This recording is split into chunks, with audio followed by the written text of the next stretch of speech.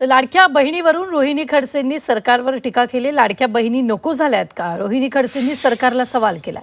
लाडक्या बहिणींचा खंबीर दादा नाही असंही रोहिणी खडसेंनी म्हटले। तर रोहिणी खडसेंनी लाडकी बहीण योजनेवरून सरकारवर टीका केली आहे। लाडक्या बहिणींचा खर्च 26,000 कोटींवरून 33,000 कोटींवर गेलाय। आता तुम्हाला लाडक्या बहिणींचा खर्च दिसतोय का असा प्रश्न उपस्थित करत रोहिणी खडसेंनी निशाणा साधला। तसं तुम्हाला लाडक्या बहिणीचं नको झाल्यात का असं सुद्धा यावेळी त्यांनी म्हटलंय।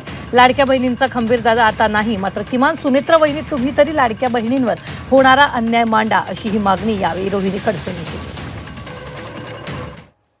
माझा देवाभाऊ आणि शिंदे भाऊंना एकच विचारणा आहे की तुम्हाला आता लाडक्या बहिणींवरचा खर्च दिसायला लागलाय का?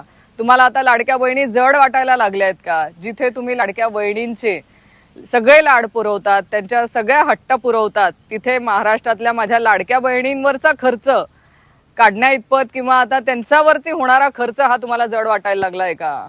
आज लाडक्या बहिणींच्या पाठीशी खंबीरपणे उभे राहणारे लाडके दादा नाहीत, पण माझी सुनेत्रा वहिनींना विनंती आहे की महाराष्ट्रातल्या लाडक्या बहिणींच्या पाठीशी खंबीरपणे उभं राहण्याचं काम तुम्ही तरी करावं।